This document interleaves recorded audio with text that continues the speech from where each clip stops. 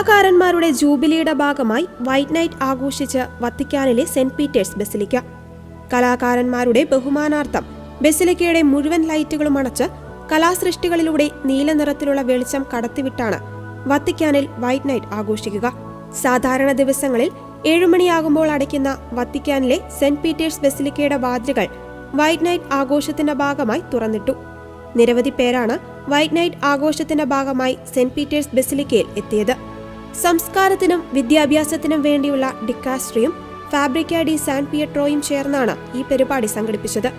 2025 പ്രത്യാശയുടെ ജൂബിലി ആചരണത്തിൽ സാമൂഹ്യ സഭാ ജീവിതത്തിലെ വിവിധ വിഭാഗങ്ങളുടെ പങ്കാളിത്തം ഉറപ്പാക്കുന്നതിന്റെ ഭാഗമായിട്ടാണ് 4 ദിവസത്തെ ജൂബിലി ആചരണം സംഘടിപ്പിച്ചിരിക്കുന്നത്.